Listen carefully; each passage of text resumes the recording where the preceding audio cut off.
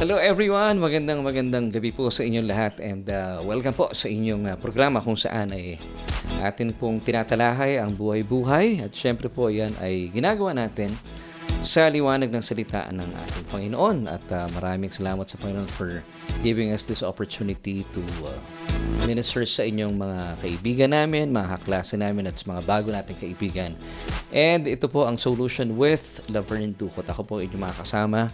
At ako nga po si Laverne Ducot para po sa inyong mga nagtatanong at samahan niyo po ako sa loob ng medyo mahaba-habang minuto at tayo po ay mag-enjoy sa yakap at hele ng ating Ama sa pamamagitan po ng pag-aaral ng salita ng ating Panginoon. At by the way, ang mga awitin po atin napakinggan ay parehas po inawit sa atin ni Mr. Pido Lalimarmo. The first one, sa mga nagtatanong, ito po ay awiting Uha na isinulat 27 years ago. And by the way, yun pong umiiyak doon na bata ay yung akin pong panganay na anak na si Kuya Aves. Habang siya po ay umuuha, inaawitan naman siya ni Pido. At ito po ay isang paalaala sa atin na sadyang mahal na mahal tayo ng ating Ama sa langit. At yan po isinundan naman ng awiting isinulat ni Mr. Junji Marcelo mula sa akustiko album pinamagatang Sa Hele ng Ama.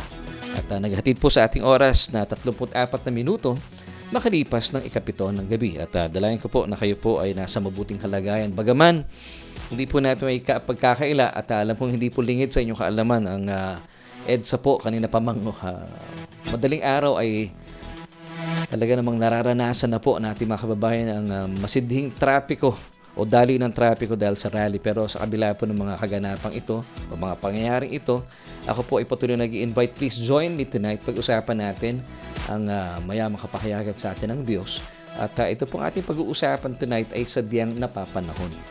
Base po sa ating mga nababalitaan, kamakilan lamang, ugnay po sa mga pagkasangkot ng mga kabataan, sa mga bagay na talagang mahirap isipin, karimari-marin po ng mga pangyayari nangyari sa Cavite kung saan yung isang grade 8 transferee student ay nanaksak po ng mga grade 5 students naman. Siya po ay transferee at yan po ay I think a week ago or 2 weeks ago at yan po ay sinundan naman ng pamamaril ng dalawang bata. Actually, yung isa bata pa, 14 anyos at isang kabataan, 15 anyos sa Tacloban City na talagang nagbigay po ng kalungkutan sa maraming Pilipino. At kabilang po inyong lingkod at nabalitaan po natin kanina ay inilibing na, dinala na sa kanyang huling hantungan yung Boy Scout na nabaril habang kanyang sinasara po ang pintuan ng kanilang silid-aralan. So, nailibing na po kanina for your information. At pag-usapan natin,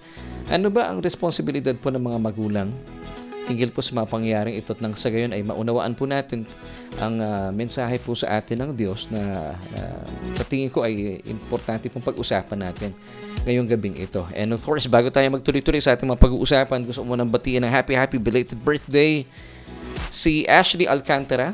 Siya po ay nag-celebrate ng kanyang birthday. Ang bunsong anak nila, Ate Jackie at Kuya Makoy Alcantara, nitong last Sunday, June 28, kasi 30th na ngayon, katapusan na. And of course, happy birthday din kay Brother Philip Ballesteros, ang napaka-sipag na anak ni Sister Norma Vitales. Maraming salamat po sa Panginoon sa inyong mga buhay. Once again, happy birthday kay Ashley Alcantara and kay Philip Ballesteros. Ang ganda na apelido ng mga kapatid natin ito, no? Alcantara and Ballesteros. So happy birthday mga kapatid, at sa lahat po ng mga nagse-celebrate ng kanilang birthdays, kami po ay nakikigalak po sa inyo. At dalayan ko na maranasan po ninyo ang lubusang kalusugan, kagalakan at kasiyahan sa piling na ating Panginoon. And as promised tonight, ang ganda po natin pag-uusapan, ito po ay may pamagat na Parents Take Responsibility. Parents Take Responsibility. So ito po ay panawagan at isang paalaala sa mga magulang na kagaya ko na ano ba talaga ang marapat natin pagsipat sa ating mga anak. Pero as I've said, before we move on sa ating mga pag-uusapan, gusto ko munang batiin po yung ating mga kasama tonight. At salamat po for keeping us company or keeping me company. At kung kayo po napapagpala sa ating programa, please share po yung ating broadcast at nang sa gayon ay mas marami pong naabot po nito. At lalo tigit yung mga kapwa ko magulang, ibahagi po ating programa ngayong gabi ito. Of course, magandang gabi po kay Sister Andeng who is watching right now. Maraming salamat, Sister Andeng. Of course, si Sister Maribel Granados, ang butihing wifey ni Brother Tony Granados. Kasama din natin si Ate Jackie at saka si Kuya Makoy Alcantara. Kasama rin natin, blessed evening din po sa inyo, Tita Pinky. Na-miss po namin kayo. And I pray na kayo po, in the name of Jesus, ay pinagaling na ng Panginoon. Amen. And sabi ni ayun pala, Ate Jackie. Si Aves yun. I think after a week na siya ipinanganak. Kasi nirecord ko yung voice niya. And then nilay ko dun sa mismong song na uha na isunulat ko para of course ito'y paalala sa atin ng Ama sa Langit na ganun tayo kamahal ng ating Ama sa Langit. So talagang that was 27 years ago. Ang tagal na. At yan ay inawit sa atin ni Mr. Pido Lanimarmo. And salamat din kay Brother Fidel who's watching right now. Of course, salamat din po kay Sister Ruth Katakutan. Nanay Ruth, maraming salamat po for joining us tonight. Kasama rin natin sila Sister Sally Jeronimo Rayo and Padre Joel Rayo na siya po naghatid sa atin ng mensahe last Sunday. At salamat po. We are so blessed. We were blessed by the message that you have shared with us last Sunday. Si Nanay Meg Francisco, good evening din po sa inyo.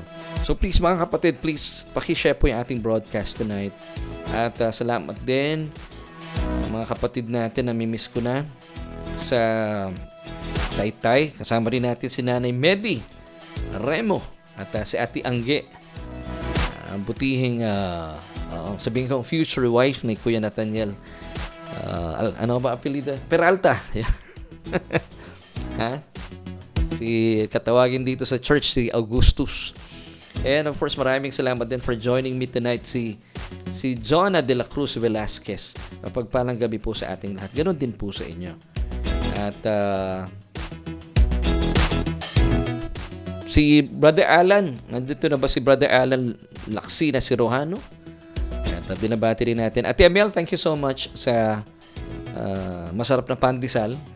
Talagang hindi kami nakakaligtaan ni Ate Amel. Nanonood na siya ngayon. Sabi niya, Blessed Tuesday mga kapatid. And yun, si Brother Philip, bro, happy birthday. Kailan ba yung exactong birthday mo? Nakakaligtaan ko. I believe last week, ano? So, belated happy birthday. And, binabati rin natin si Sister Rosemary Casoko. Yan. Maraming salamat po.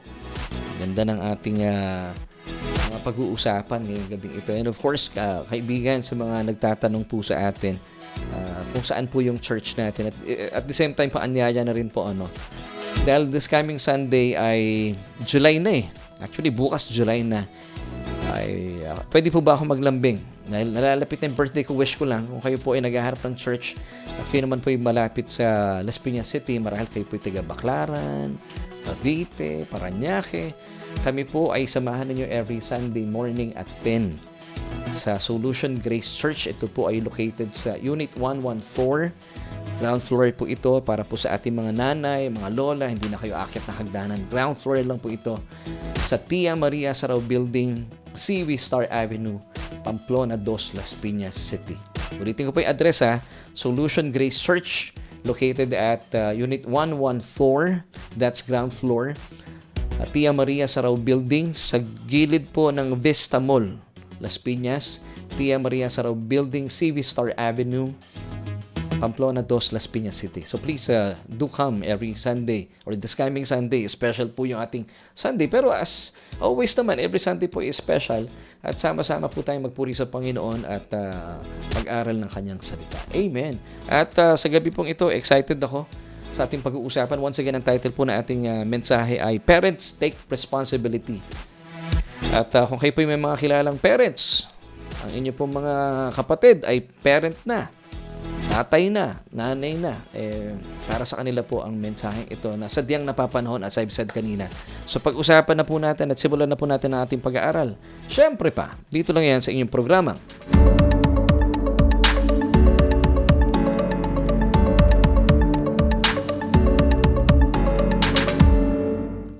At tuloy-tuloy po inyong pagtutok sa ating programa, and this is our Bible study online. Once again, this is Solution with Laverne Duhot, at maraming salamat po for joining us tonight.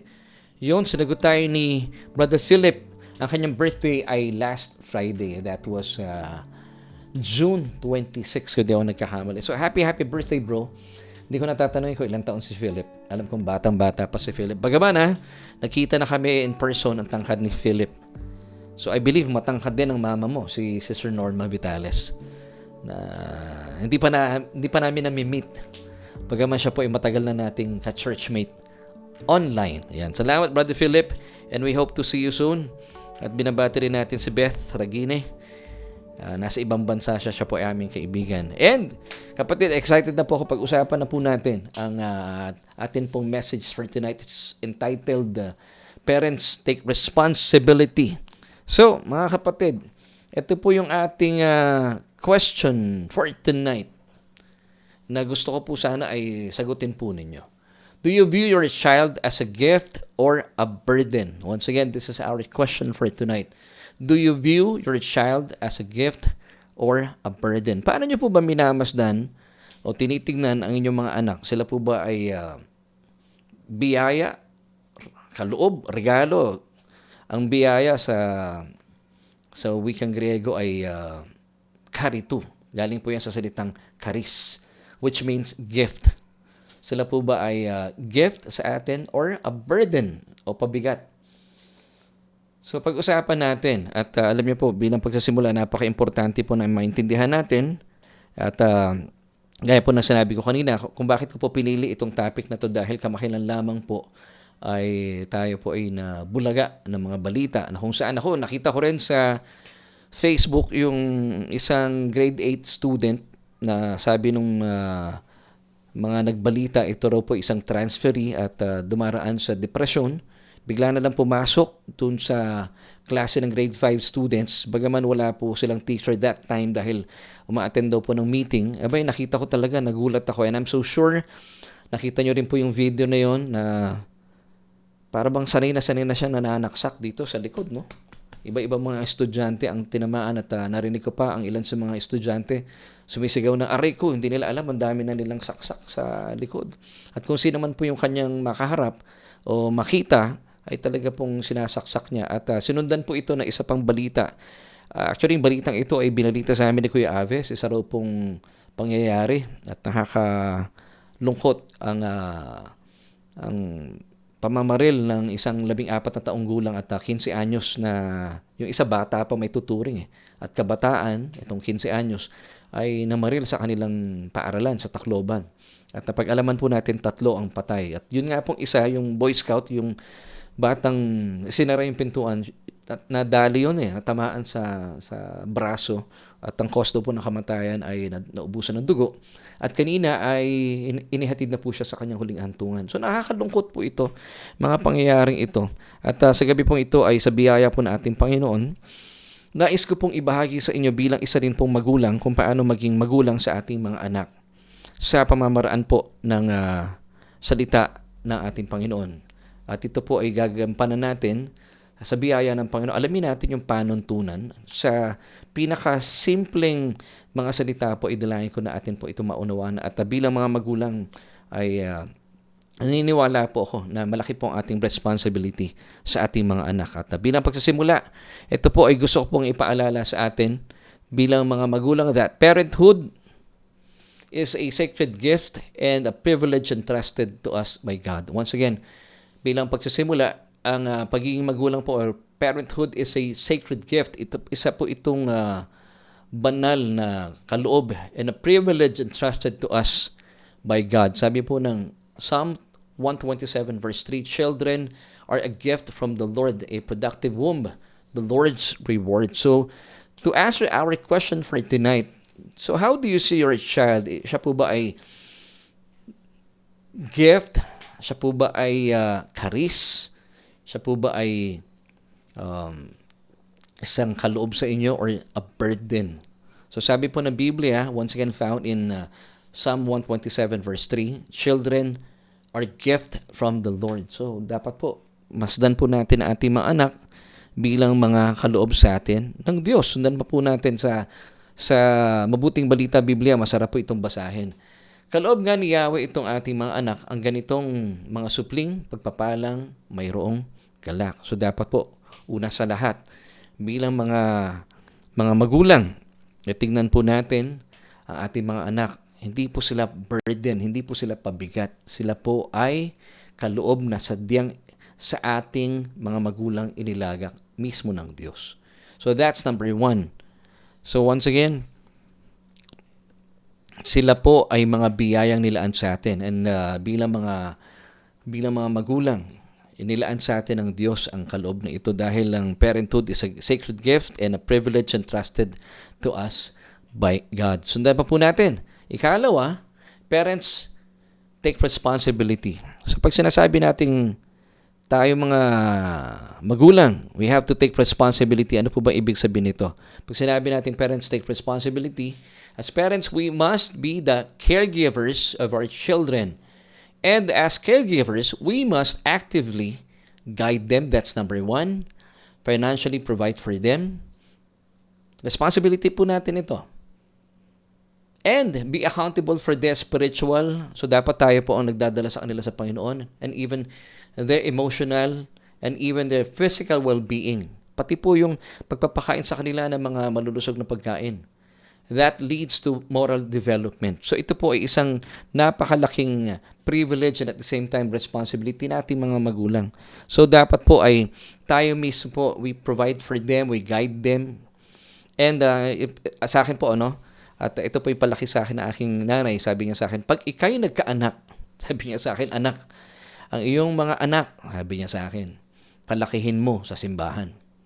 Turuan mo sila ng salita ng Panginoon. So dapat responsibility po natin ito. And we must be actively guiding them, financially providing for them. Okay yun. Pero sa akin, number 1 talaga, i-lead natin sila sa Panginoon. At ngayon din po, kapag tama po yung mga mensaheng kanilang pinapakinggan, na ito po itumutukoy sa tunay na mensahe ng Ebanghelyo, na apektuhan po yung kanilang mga emosyon, that could also lead to a physical well-being na magkakaroon po ng kapahayagan sa kanilang moral development.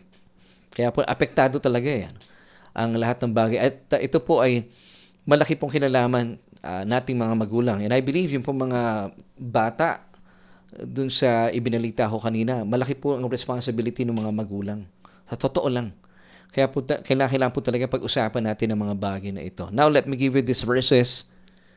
Proverbs 22 verse 6, train up a child in the way he should go, and when he is old, he will not depart from it. Once again, ang panukala sa atin ng Biblia, train up a child in the way he should go, and when he is old, he will not depart from it. Ika nga po sa murang edad pa lang ay tinuturuan na natin ating mga anak sa panuntunan ng Diyos. Nang sa gayon, pag sila po ay umidad na, hindi na tayo mahirapan pang disiplinahin sila. At madali na po nilang maintindihan ang salita ng Panginoon. Hindi yung pahirapan dahil nga dapat po bata pa lang sinasanay na po natin. Amen. So that's number 2, mga kapatid. So parents take responsibility. At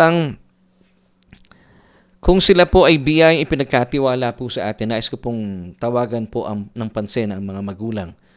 At bilang paalala po sa ikalawang point po natin, parents take responsibility. Dahil ipinagkaloob po sa atin ng Diyos bilang magulang ang mga anak na meron po tayo. So let us be responsible na sila po ay ating kalingain at alagaan. Ibig ko pong sabihin, kung tayo po inatasan ng Diyos na maging magulang sa kanila, wag po natin basta-basta ipamimigay ang ating mga anak sa kanilang mga lolo, lola, tiyo at tiyahin. Ano po ibig sabihin? Of course, pwede natin silang ipasyal sa kanila. Pero kung ibibigay natin ang mga responsibility para alagaan yung ating anak, financially provide for them, yung kanilang mga tiyahin, tsuhin, lolo at lola, hindi po marapat yun. Yun po ay hindi pagiging responsable bilang mga magulang. Dahil tayo po ang inatasan at pinagkatiwalaan ng Diyos para ang mga batang ito ay alagaan, kalingain, pamahalaan at disiplinahin. At hindi po ang ating mga kamag-anak, hindi sila lolo, hindi yung mga nanay at tatay natin, hindi rin po yung ating mga kapatid. So hindi po responsibility ng ating mga kamag-anak yung mga anak na ipinagkatiwala sa atin ng Diyos. And this is God's mandate to us. Parents, take responsibility. Kasi may hirapan po kayo pag ang inyo po mga anak ay hindi lumaki sa inyo. Paano po ninyo sila didisiplinahin? So dapat pa lang bilang mga tatay, nakagaya ko, bilang mga nanay, mga nanonood sa atin, huwag niyo pamimigay ang inyong mga anak. You have to take responsibility. Take charge, ika nga. Sa atin po ipinagkatiwala Nung isinilang yung bata, ibibigay mo sa kanyang tiyahin, sa kanyang tsuhin, sa kanilang lolo't lola, sa inyong mga magulang. Hindi po ninyo mararanasan yung sarap, yung kagandahan ng inilan sa ating journey ng Panginoon bilang mga magulang. So, once again, parents take responsibility. So, that's number 2. Dito tayo sa number 3. You have to be a role model to your children. Now, ito, pakita ko sa inyo. This is number 3. Be a role model to your children. At sabi ng Proverbs 20 verse 7, the righteous who walks in his integrity, blessed are his children. Amen. So, bilang isang magulang, responsibilidad na po natin. Halimbawa, ako yung nagpakasal na, At nung nakita ko at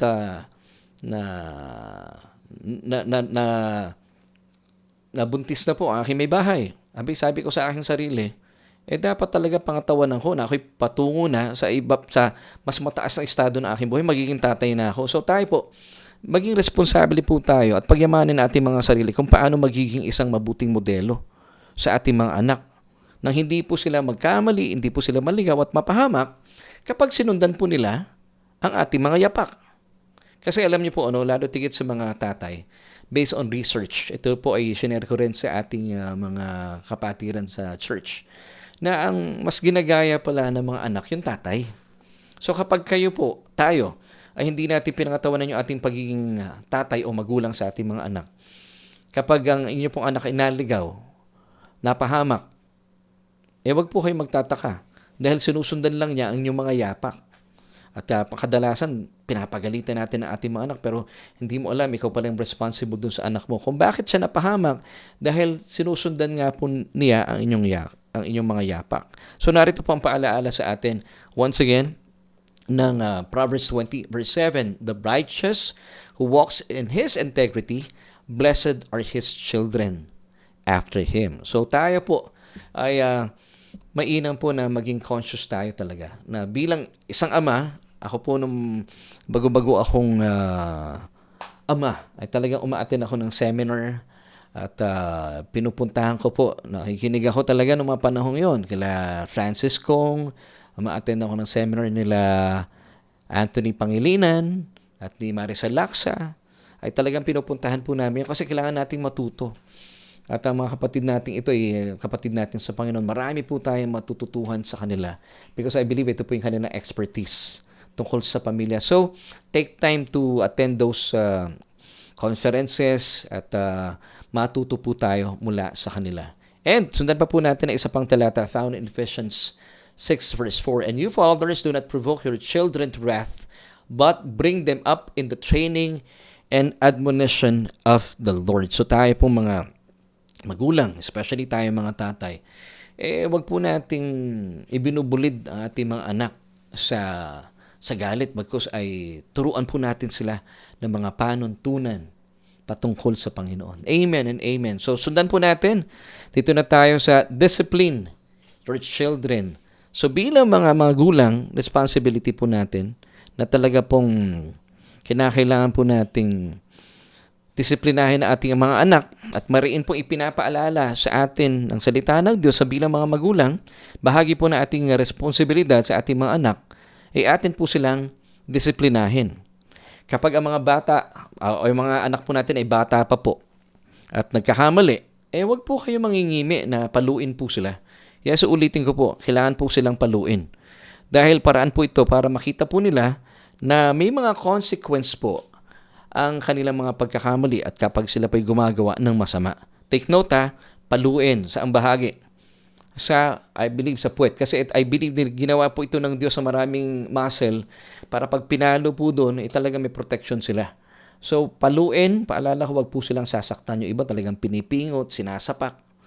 yung kanilang mga anak, binabatukan. Hindi po yan ang pamamaraan ng Biblia. Hindi po gusto ng Diyos yan. Yung iba binabatukan, tinatadyakan, sinisipa. Hindi po. Sabi ng Panginoon, kailangan nyo pong paluin. Ito po yung sinasabi ng salita ng Panginoon, paluin. Biblical po ito. So hindi po sila sasaktan. At alam niyo po, nung kabataan po ng aking mga anak, nung bata pa po sila, hindi kabataan, kasi ngayon kabataan sila eh. Mga teenagers na. Pero yung aking panganay ay young adult na. Si Aryan ba considered young adult na rin? So hindi na kayo teenagers, no? Malalaki na pala sila. Nung sila po yung mga bata pa, pinaalala po namin at pinaalam namin sa kanila ng mami nila, si Mami Jo, na kailangan namin silang paluin pag sila po ay nagkakamali. Ako yung in charge po doon. At meron po akong pamalo. Hindi po ako namamalo ng tsinelas, hindi ako namamalo ng sinturon. Lalo na yung bakil, hindi mo gagawin yun. Kasi magkakaroon po sila ng confusion. Pag nakakita sila ng sinturon, matatakot sila bilang mga bata. Or tsinelas. Hindi po tayo gagamit ng ganun. Gumamit po kayo ng rod talaga, stick. Yung pamalo ho kay Aves ay kulay blue. Alam niya yon. At si Aryan, kulay pink. So malinaw po ang usapan namin, pag sila ay may ginawang mali, kailangan ituwid, kailangan po silang paluin. Saan ko po pinalo? Pinalo sila sa puwet. Kasi marami pong protection dun eh. Kaya I believe ginilagyan ng Diyos sa maraming muscle yun eh. Para hindi po sila nasasaktan. Hindi po dapat sila pingutin, sampalin. Ako, meron pong nananampal. Yung iba naman, tampal. Yung tampal, yung talaga mas masakit yun. Ito yung tatama. So, hindi po ganon ang ginagawa dapat ng magulang sa kanilang mga anak. Dapat paluin lamang po. At kapag malinaw po ito sa kanila, nagkakaroon po sila ng kaalaman na pag may mali akong ginawa, may consequence talaga. So bata pa lang po, natuturuan na po sila ng tamang panuntunan ng Biblia. At bilang patunay po dyan, sabi ng Proverbs 13:24, He who spares his rod hates his son, but he who loves him disciplines him promptly. So mga nanay at tatay, paalala ko po ito sa inyo. Ang pagpalo po sa inyong mga batang anak, huwag po kayong mangimi. Bahagi po ito ng ating pagdidisiplina. May iba naman, sobrang pagkalinga nila, nai-spoiled yung bata. Kailangan po ng inyong mga anak maranasan ang palo. Kapag sila po ay nagkakamali, for them to learn na meron pong consequence talaga ang kanilang bawat maling pagpapasya o paggawa ng masama. Para bata pa lang na itutuwid na po sila at nalalaman nila. Hindi ko rin pinapalo sila sa kamay. Mahirap na baka mabali. So, puwet talaga. And kapag sinabi po ninyo na papaluin nyo sila, ito pang magandang paalala, no? Gawin nyo po talaga para maging credible po kayo sa inyong mga anak at papaniwalaan kayo pag sinabi nyo silang papaluin nyo. Kasi meron ako ibang mga magulang na nakaka-counselan. Tapos naririnig ko rin, sasabihin nila, papaluin kita. Tapos bibilangan, isa. Puro lang sila amba. Ngayon, yung mga anak po natin, lalo yung mga bata, matatalino po iyan. Pag hindi nyo po ginawa yan, hindi kayo magiging credible. At hindi po kayo magiging kapanipaniwala. Yung iba sasabihin nila, sunod-sunod, pinibilangan nila, isa, papaluin kita, isa. Hindi naman nila ginagawa. So, paano po kayo magiging credible? Huwag po kayo magtataka kung bakit hindi po kayo pinapaniwala ng yung mga anak kung hindi nyo ginagawa ang yung mga sinasabi. So, importante po ito. Bata pa lang sila, makita nila, pag may sinabi kayo bilang mga magulang, ginagawa po natin. Kumbaga kung ano yung, pag hindi talaga. Pag oo. So kapag sinabi natin sa ating mga anak, may kaakibat na pagpalo yung kanilang mga maling pagpapasya o maling mga ginagawa. At gawin po natin yun. Bakit? Para maging credible po tayo bilang kanilang mga magulang. Isa pang talata found in Proverbs 3 verse 12, For whom the Lord loves, He corrects, just as a father the son in whom he delights. At kapag tayo naman po ay umiidad na, at syempre sumasabay po, lumalaki na rin po yung ating mga anak, teenagers na po sila, ang ginawa po namin sa aming mga anak, isinasantabi na po namin yung mga pamalo nila. Hindi ko na ginagamit kay Avis yung kanyang stick na kulay blue at yung kay Arya naman yung kanyang rod na kulay pink. Hindi na. So paano po natin dinidisiplina ating mga anak? Of course, ako po personally, I believe, pag kino-correct po natin ating mga anak, do it privately para hindi sila napapahiya. At kapag sila naman po ay atin pong binibigyan ng karangalan, do it publicly. Amen. So that is our responsibility. At paano natin i-disiplinahin natin mga anak kapag sila po ay nasa kanilang mga teenage years na? Hindi na natin dapat sila pinapalo. Gamitin po natin ang salita ng ating Panginoon. Sabi nga po ng 2 Timothy chapter 3 verses 16 till 17, all scripture is given by inspiration of God and is profitable for doctrine, for reproof, yun, kasama rin po dito for correction, for instruction in righteousness. At ang reason po, sabi ng verse 17, that the man of God, gaya po ng inyong mga anak, may be complete, thoroughly equipped for every good work. So sila po inihahanda na natin para pag sila po naging magulang na, meron tayong legasiya na ipapamana sa kanila. Para hindi rin po sila ika nga nangangapa pag sila naging magulang na. Ako po ay, yung aking mga natutuhan po, pagdidisiplina sa aking mga anak, minana ko po sa aking mami. Sa totoo lang, yung mami kong disciplinarian, yung daddy ko, hindi. Pero yung mami ko talaga, I praise God for her dahil stricto ang mami ko, pero salamat po. At ako po ay hindi nahirapan na disiplinahin ang aming mga anak. At salamat naman po sa aking may bahay na kami po yung nagkakaisa. Hindi yung dinidisiplina ko yung mga anak namin tapos sinusalungat ako nung aking asawa. Hindi po. Kaming mag-asawa ay nagkakasundo at usapan na po namin yon. Amen and amen. Samantala, ang inihahatid po ng pagdidisiplina na naaayon sa salita ng Diyos ay kapahingahan po para sa puso't isipan o kaluluwa ng ating mga anak. At ito rin po ay nagbibigay naman ng karangalan sa atin bilang kanilang mga magulang. Let me give you Proverbs 29 verse 17. Correct your son and he will give you comfort. Amen. Yes, he will delight your soul. Basahin natin sa Mabuting Balita, Biblia. Mga Kawikaan 29:17, ang anak mo'y busugin sa pangaral at pagdating ng araw, siya'y iyong karangalan. Hindi po ba? Alam niyo sa mga anak po namin, naalala ko nung araw, mas marami kaming pagkakataon na talagang kailangan po silang ituwid. Sinasabi ko sa kanila, alam niyo, magalit na kayo sa akin ngayon. Kailangan ko kayong ituwid, pero papasalamatan niyo ako pagdating ng panahon. And I praise God sa aming mga anak. Bagaman, hindi naman po ako perfect as a father, hindi po rin perfect as a mother si Mrs. pero patuloy pa rin po kami nag-aaral. Hindi rin po perfecto pa yung aming mga anak pero nagpapasalamat ako. Dahil alam kong may mga pagkakataon ng araw nagtatampo sila sa akin pero gusto ko as early as possible ay ayusin na po yung problema sa kanila. Hindi ko na po pinapatulog yung mga batang ito. Kung may problema, kung may gusot, pinag-uusapan na po namin. At talaga minsan humahaba ang gabi pero gusto kong tapusin talaga. At kailangan po silang disiplinahin. At sabi ko sa kanila, marahil ngayon ay nagtatampo kayo sa akin o pwedeng magalit kayo, pero darating ang panahon, papasalamatan nyo rin ako.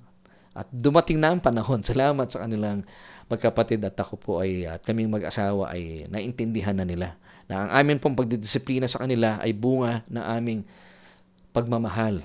Dahil sabi ko sa mga anak namin, ang aming pagtutuwid sa inyo, aming pagdidisiplina, isipin ninyo na hindi nyo kami kalaban. Tayo ay members of this team. Tayo kabilang sa isang bangka. Sabi nga ng awitin ng The Dawn na nag-celebrate ng kanilang 40 anyos sa kamakilan ng kanilang concert. Ang ganda ng kanta nilang iisang bangka tayo. Nang sabi ko sa mga anak ko, isang bangka tayo.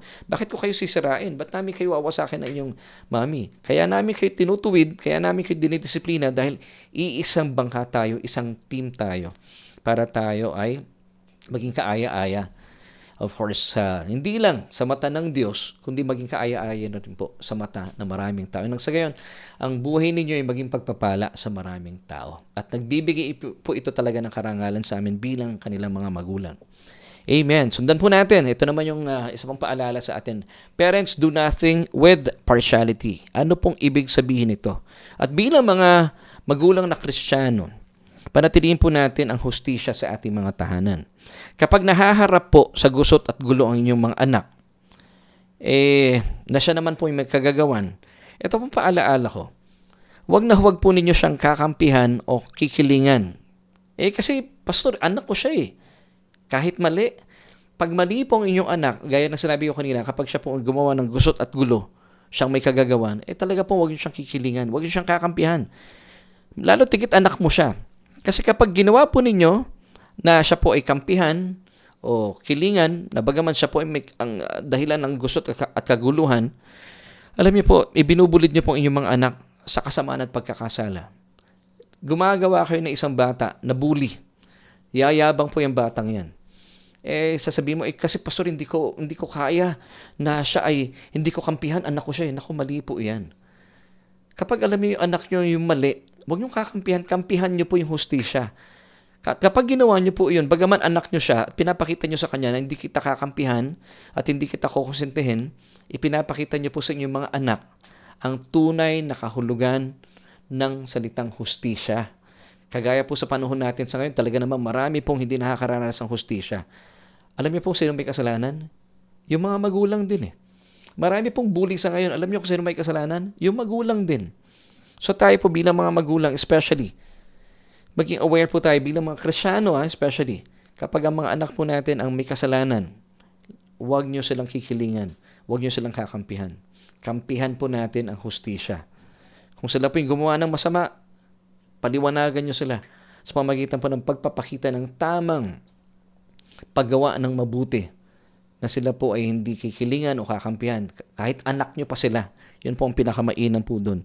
Dahil ito po ang pagpapakita at pagpapaunawa sa kanila ng tunay na kahulugan ng salitang hustisya.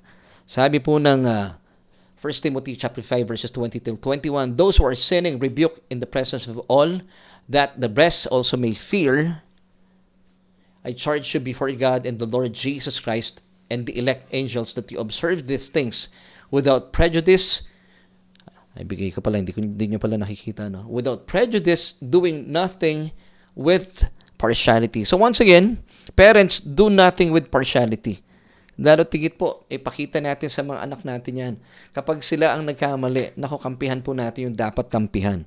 Kilingan po natin ang dapat kilingan. At ito po ang tamang pagpapakita at pagpapakilala sa ating mga anak ng hustisya. Alam niyo, nung bata pa po ako, dahil po sa disiplina ang tinanggap ko sa nanay ko, na ang tawag ko sa kanya noon ay Mami. Ang mami ko po ngayon ay nasa piling na ng Panginoon at siya rin po ang nagdala sa akin, nagpakilala sa akin sa Panginoon. Salamat sa ating mga magulang na sila po ginagamit ng Panginoon para makilala natin siya. Bagaman ako po ang kanyang anak, nakita ko po ito at naranasan ko. Kasi meron akong nasaktan na isang kaidaran ko, bata pa po ako Nakita ko yung mami ko talaga, pinatawag kami sa school. Hindi ako talaga kinampihan ng mami ko. Nagulat ako, sabi ko, mami ko siya, pero ba't hindi niya ako kinakampihan? Pero malinaw talaga, ako yung gumawa ng mali. Ako yung nagkamali sa aking kaklase. So talaga nakita ko, hindi niya ako kinonsenti. At aaminin ko po, ng panahong yun, nagtampo po ako sa mami ko. Pero aaminin ko rin po sa inyo, na habang dumadaloy ang panahon, alam niyo, pinasalamatan ko talaga mami ko. Sabi ko, salamat dahil pinakita mo sa akin ang tunay na kahulugan ng hustisya. Hindi ko anak mo ako, kakampihan mo ako, lalo tigit. Pinakita niya sa akin, you have to do the right thing bilang magulang. Nakita ko talaga sa mami ko yon at maraming pagkakataon na nakikita ko rin po yun yung kanyang hustisya. At marami nagagalit kay mami. Kasi ano rin yun nagtapos sa aboga siya, so pinapakita niya sa akin ang tamang paggawa ng kabutihan na naaayon sa kalooban ng Panginoon. So, maganda po talaga na ang isang bata ay natuturuan ng hustisya. Bata pa lang alam niya na kahit na ikaw ay anak, kahit mo ni Aves, may maraming pagkakataon kahit anak pa kita, hindi kita kakampihan kung ikaw ay gumawa ng masama. Sinabi ko rin kay Aryan yan. Amen. Dapat ganun po ang kaisipan natin bilang mga magulang. So, parents, do nothing with partiality. Walang favoritism. Kahit anak mo pa yan, lalo tigit, kung siya po ang nagkamali, huwag niyong kakampihan. At marami pong magulang ang ganito, na hindi niyo alam, pag kinampihan niyo anak niyo, bagaman siyang gumawa ng gusot at gulo, pag kinampihan niyo po yan, binubulid niyo pa po sa kasamaan at pagkakasala yan. Turuan natin sila ng tama sa murang edad pa lang at makita po niya at malaman niya at maunawaan nila ang tunay na kahulugan ng salitang hustisya. So, tuloy-tuloy po tayo. Ito po, maganda pa. Napaalala sa atin, foster your child's growth through play, music, and meaningful talks. Once again, foster your child's growth through play, music, and meaningful talks. Now, naniniwala po ako na sa isang pinaka-importanting bahagi po ng pagiging magulang ay naisasantabi natin, gaya ko, magulang na ako, yung mga pagkakataon sa buhay ng ating mga anak at panahon. Well, sa totoo lang, makipaglaro pa rin po kayo sa inyong mga anak. Makipagbiruan po kayo sa kanila. Makipagkantahan pa rin, makipag-usap sa kanila. Dahil dito, alam niyo, pag pag binibigyan niyo po ng panahon ating mga anak, hindi na po sila nagkakaroon ng pagkakataon na bumaling sa iba pang mga tao. Pangkaraniwan kasi, ang mga magulang na walang panahon sa kanilang mga anak, hindi po sila nakikipaglaro, hindi nakikipagkantahan, hindi po nakikipag-usap o nakikipagkwentuhan. Ang ginagawa ng ating mga anak, bumabaling po sila ng ibang atensyon. Naghahanap sila pangkaraniwan ng mga kasing idaran nila. Anong delikado rito, Pastor, pag kasing idaran po nila? Kapag kasing idaran po nila kanilang mga kausap at binubuhos nila ang kanilang mga emosyon, since kasing idaran nila sila, wala pa po silang malalim na karanasan. At pangkaraniwan, pares lang sila ng takbo ng kanilang isipan. Pwede magbigay ito ng payo, pero delikado yun kasi idaran pa lang niya at hindi pa po hinog sa karanasan. Now, bakit po bumabaling ang inyong mga anak sa kanilang mga kaklase, mga kaidaran, mga kabarkada? Dahil wala po tayong panahon para pakinggan po sila. Pangkaraniwan, pag nagkakwento po ang inyong mga anak, hindi natin nabibigyan ng panahon. O kaya naman, tumututok na lang sila sa kanilang mga gadgets. At ngayon po sa panahong ito na ako'y medyo nalulungkot. Marami ako nakikita mga kabataan na gano'n na lang, nakahawak sa cellphone nila. Laro ng laro. One time nga, meron akong isang kapatiran lumapit sa akin. Pastor, lumapit sa akin ito. Naglalaro yung kapatiran. Pastor, tulungan niyo po ako. Hindi siya nakatingin. Tulungan niyo po yung anak ko po na bubulid sa medyo ano yung term doon? Na-addict na sa lalaro. Sabi ko sa kanya, sa tingin mo bakit kaya? Kasi po mismo yung magulang na-addict din sa paglalaro So, sinong sinusundan ng anak? Yung magulang. Sabi ko, magsimula sa atin. Magsilbi tayong mabuting modelo sa ating mga anak. Kung kaya po nahihilig sa cellphone o gadget ng inyong mga anak, wala tayong panahon para sila po ay makalaro. Minsan, niyayaya ka pala maglaro, hindi ka available. Sabi mo, busy ka. At kung ganyan po ang mga pagkakataon, ibabaling po talaga ng mga batang ito ang kanilang mga oras sa kanilang mga gadget, gaya ng cellphone or computer. Akala po natin okay naman sila, na pangkaraniwan. Meron akong napanood na isang documentary about the 764. Ito po ay Satanist occult group na ang isang kabataan ay nabubulid po sa paglalaro. Yung pala meron silang group chat dito. At ito po ay pinamunuan, itinayo ng isang napakabatang taga Texas. Ang pangalan po niyang kanyang, tama ba? Pangalan niya ay 764, yun, no? Nakakalungkot. Bagaman nahuli na po itong batang ito, pero nagtutuloy-tuloy po ang kanilang grupo. Kasi ang kanila pong binibiktima yung mga vulnerable na mga kabataan. Actually, hindi nga mga kabataan, bata. From 12 as young as 12. Pero po silang mga kasama sa group chat nila 23, 25. Nakakalungkot po ito kasi walang panahon yung mga magulang.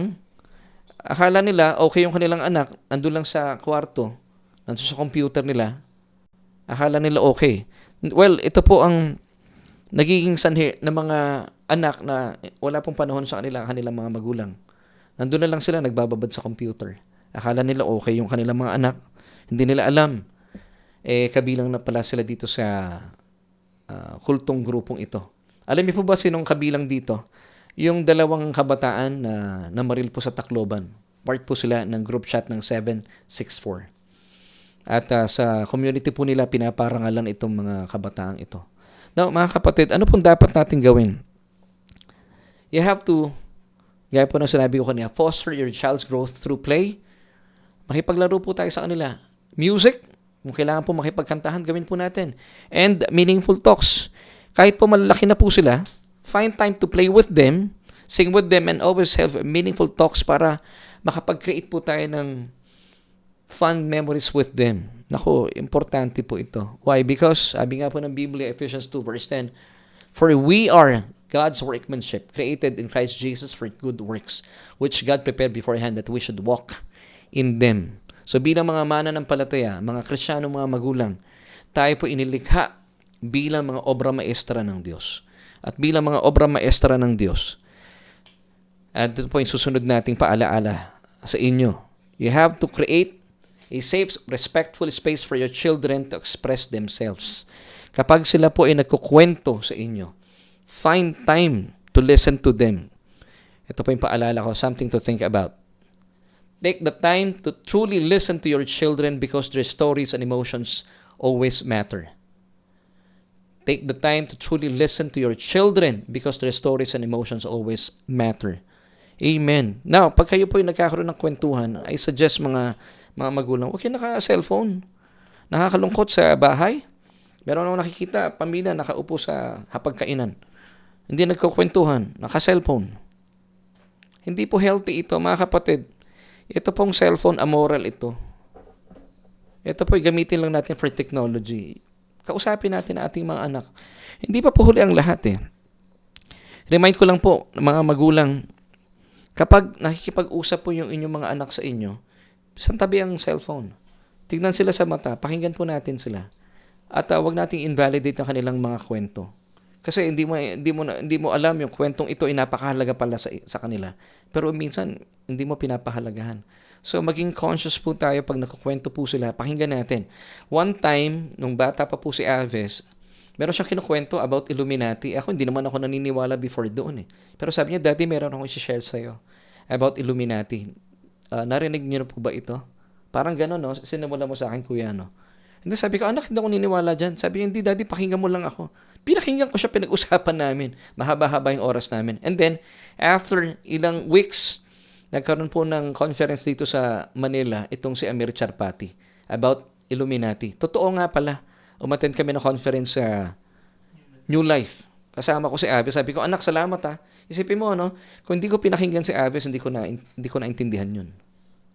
Pero nagkaroon kami ng kwentuhan. Until today, pag may mga information siyang alam, sinishare niya sa akin. Ganyan din po ako. Even po si Arian. Kasi meron tayong hindi nalalaman na salamat na lang meron tayong mga anak na mas bata at sila po tinuturuan tayo. So, find time to listen to them. Huwag po natin invalidate yung kanilang mga gustong ipahatid sa ating mensahe. Para hindi po sila babaling sa kanilang mga kaibigan o mga kabarkada. Yung iba talagang bumabaling kasi alam mo yung sasabihin nila, wala namang panahon sa akin si mama at si papa eh. Pero it's not yet late, mga magulang na kagaya ko. Find time na pakinggan po ang inyong mga anak kasi kailangan po nila ang inyong undivided and undistracted time. Pag nagkikipag-usap po ang inyong mga anak, huwag magsi-cellphone. Baba muna ito. At tignan sila sa mata. Pakinggan po natin. Kasi pag naka-cellphone ka, hati eh. Divided yung time mo, hindi mo talaga maintindihan ng mga anak mo. So, you have to find time to listen to your children. Sundan po natin ang isa pang talata. Romans 12, verses 15 till 16. Rejoice with those who rejoice and weep with those who weep. Be of the same mind toward one another. Do not set your mind on high things, but associate with the humble. Do not be wise in your own opinion. Colossians 3, verse 21. Fathers, do not provoke your children, lest they become discouraged. Na paano po natin napoprovoke ang ating mga children? Kapag hindi natin sila pinapakinggan, tapos kinukutsa pa natin sila, ano ba yung mga kwento mo? Madi-discourage po sila. And you are provoking them. Why not listen to them? Marami po tayong matututuhan sa ating mga anak. At kapag nakita po nila nakikinig tayo, alam nyo, madi-develop po yung napakagandang relationship nyo sa inyong mga anak. Listen to them. Marami tayong matututuhan sa ating mga anak. Sundan pa po natin. James chapter 1 verse 19. So then, my beloved brethren, let every man be swift to hear, slow to speak, and slow to wrath. Amen and amen. Sundan pa po natin. Dito na tayo sa ating ikawalo at last na paalaala. Commit to bringing your children with you to the house of the Lord. Once again, commit to bringing your children with you to the house of the Lord. Ito po I suggest mga magulang, be responsible, be truly responsible about this. Maraming mga magulang na hindi na po nag-church nowadays. Pero dapat po kayo ang nangunguna. Dalhin po ninyo ang inyong mga anak sa church. Ito po yung paalala sa akin ng nanay ko nung araw. Pag nagkaanak ka anak, palakihin mo ang inyong mga anak sa church. If it's possible, magpagamit sila sa Panginoon. And I praise God. Pinalaki po namin ang aming mga anak sa simbahan. At sila po yung mga kaagapay po namin sa paglilingkod. Mas gumagaang po ang buhay. Now, mga magulang, Bibigat po ang inyong buhay kapag ang inyong po mga anak ay hindi po lumalaki sa panuntunan at mensahe ng Ebanghelyo. Dapat po dalhin natin sila sa church. Kung sila po ay pumapalag, kayong magulang, dalhin niyo po sila. Marahil sa simula magagalit sila sa inyo, pero kayo po ang magulang, take charge, take responsibility, dalhin niyo po sila hanggang sa masanay po sila. Ika nga po early on cultivate your child's taste for the things of God para unti-unti po nasasanay sila sa community ng church. Always bring them to church with you. Now, ito pang paalaala sa atin ng Psalm 23 verse 6. Surely goodness and mercy shall follow me all the days of my life, and I will dwell in the house of the Lord forever. And Hebrews 10:25, not forsaking the assembling of ourselves together, as is the manner of some, but exhorting one another, and so much the more as you see the day approaching. So mga magulang, it's really important na tayo po dapat ang nagpapasimuno na umaattend sa church para po maengganyo rin natin ating mga anak. Amen? Can I hear an amen? Pwede bang pakisulat nyo po sa ating comment section ang amen if you agree with me. Amen? At bilang pagtatapos po sa ating pagtalakay, once again, this is our question for tonight. Do you view your child as a gift or a burden? Well, sabi po ng Biblia, at bilang ating solution found in Proverbs 127 verse 3, children are a gift from the Lord, a productive womb, the Lord's reward. So sila po ay hindi po pabigat, because sila po ay mga biyaya, kaloob na inilaan sa atin. So take responsibility. Take charge, parents. Huwag niyo po sila ipamimigay sa ibang mga tao at pababayaan na lang. Sa iyo pa pinagkatiwala eh. At gawin natin masaya po ang ating responsibility sa kanila. So ito yung ating responsibility. Bigay sa atin ng Diyos eh.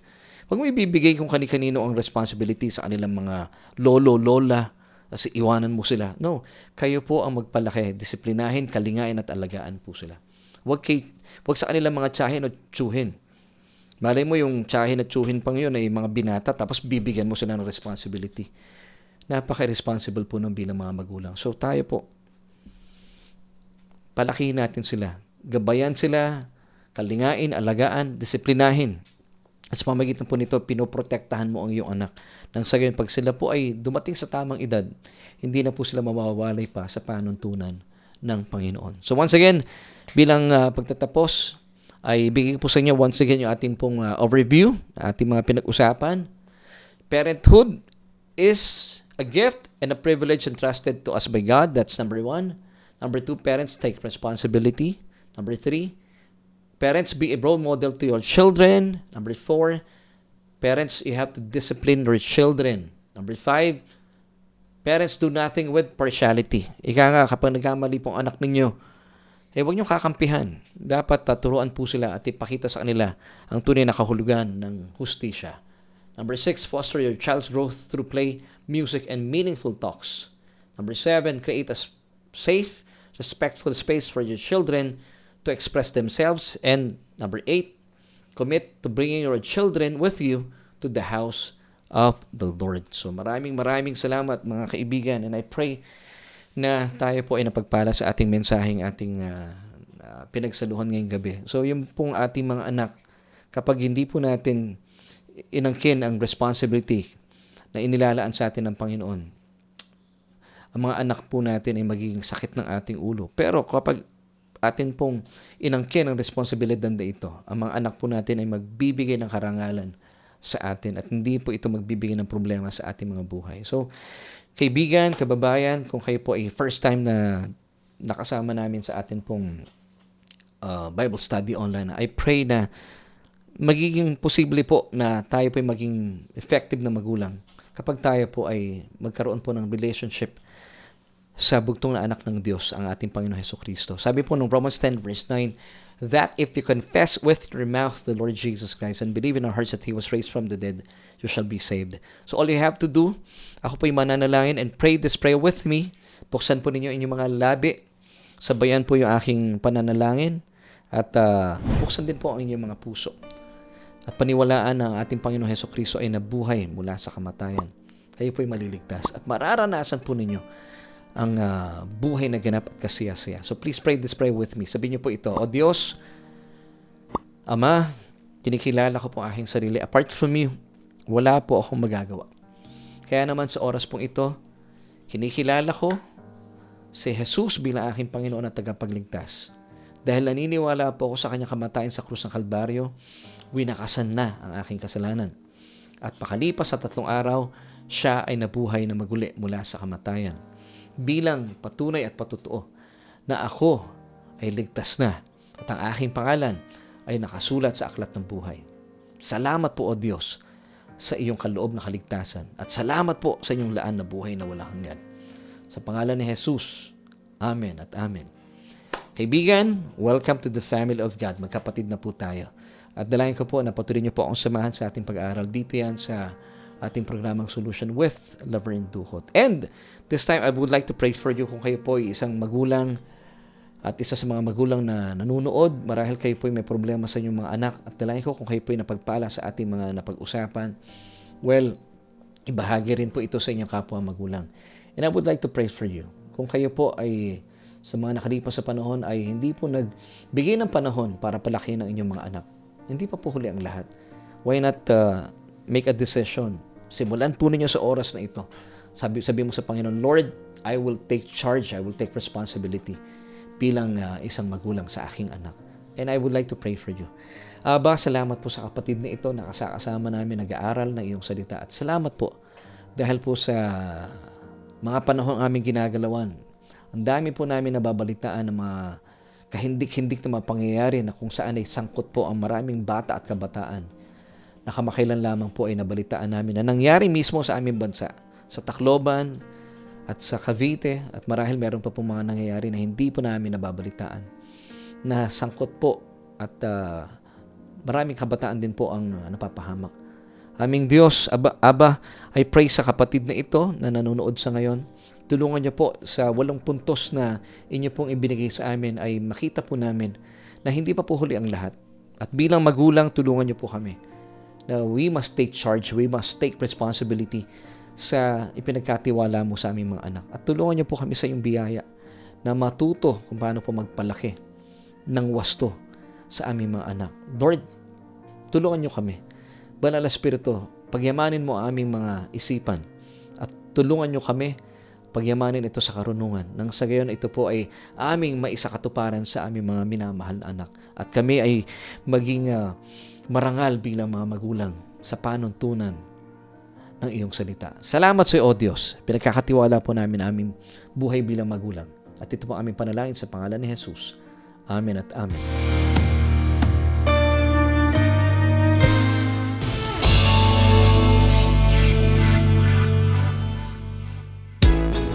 At maraming salamat po for joining me tonight. Ang oras natin ay 31 minuto makalipas ang 8:00. Dalayan ko po na napagpala kayo dahil importante po ito talaga na pag-usapan natin na kung ano pong kinasasapitan na ating mga anak, tayo po may kagagawa nun. Although may mga sarili-sarili pong pagkapasya ating mga anak, pero mainam po na bilang mga magulang, bata pa lang po sila, nagagabayan na po natin sila. And please, paalala ko po ito even po sa aming church. Always bring your children with you to the house of the Lord. Mas mainam po doon sila lumalaki. Kasi pag sila po nagkapamilya na, kung sila po nasanay sa bahay, nanonood lang ng TV pag Sunday, yun din pong gagawin nila sa kanilang mga anak. Sayang naman, mga kapatid. And I would like to thank atin po mga kaibigan na nanonood. Salamat kay Brother Ricky at Sister Ellen Losito. Salamat, amen and amen, sabi niya. Nanay Medi Remo, salamat for joining me tonight. Nanay Meng Francisco, si Brother Howard Cruz. Salamat din kay Sister Sally Geronimo Rayo. At of course, sabi ni Sister Rosemary Casoco, praying po sa mga magulang na hindi pa believers. Kaya di magabayan ang mga anak ko. Nga, sama natin sila sa ating panalangin. Brother Makoy Alcantara, amen. Ganun din si Beth, amen, sabi niya. Lahat sila gift, lalong-lalo na si Nice Surprise talaga. Oo nga, no? Napaka-talented na mga anak talaga ni Sister Andeng. And, yes, children are heritage from the Lord. Sabi ni Nanay Ruth Katakutan. Salamat din po, Sister Penpen Damalirio. Ayan, good evening po and amen. Nanay Carmelita Mendoza Hanoras, amen din. Brother Fidel Gabiola. Ito si Brother Fidel, bagaman solo parent na pero nakikita ko kung gaano sila ka-close ng kanyang unika iha na si Ate Chi. And salamat po for joining us tonight, Sister Francil Francely Diego. Yun ang kanyang pangalan. Salamat din Ate Jackie, Sister Marie Balestero. Salamat po for joining us tonight. And si Sai, paalala ko salamat at kayo nakakasama na sa church. Pagpatuloy mo lang yan, sama mong iyong mga anak at lumaki sila sa panuntunan ng Panginoon. At shout out din kay Kuya Kiko. Salamat po Pastor, natuto ko kahit para sa mga pamangkin ko. Salamat din Sister Rose Kasoko at Sister Marisa Remo Paganpan. Salamat for joining me tonight. At hello kay Pastor Ruel. Mga kaibigan natin sa Taytay. Yon, ang ingay ni Orange, ang aming Charmaine. Ewan ko ba, pag ganitong oras, nag-iingay talaga. Gusto nyo makita yung aming pusa. Si Charmaine, sandali lang, kukunin natin Gusto yatang bumati Hindi ko maintindihan, bakit pag ganitong oras, nag-iingay ang aming pusa. Sabi ni Ate Sai, Dalida, natutuwa po ako sa lahat ng sinabi niyo po. Ginagawa namin ni Kiko sa pagdidisiplin sa aming mga anak. Praise God, Sai. Amen. And salamat din sa nakasama natin tonight, si Brother Ewat and Ate Ana Manalastas. Ano pa ba? Si Sister Jonah de la Cruz Velasquez. Mahal talaga tayo ng Diyos. Amen and amen. Sister Mabel Anglisa, good evening din po sa inyo. At Sister Rosalind Cuevas is watching.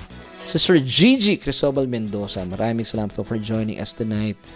And marami pa po sa kanila ang nakasama natin. Of course, sa mga kasama natin, please, kung kayo po ay napagpala sa inyong napanood, paki-share po yung ating broadcast. At bago tayo magtapos, nagtatanong, ito po yung alaga naming maingay, di ba? Orange, pinalitan na namin pangalan niya. Lalaki to pero siya si Charmaine. Puso yata, Yan di ba tahimik? Gustong bumati. Yan. Salamat, kuya. And sabi ni Brother Fidel Gabiola, yes po, Pastor.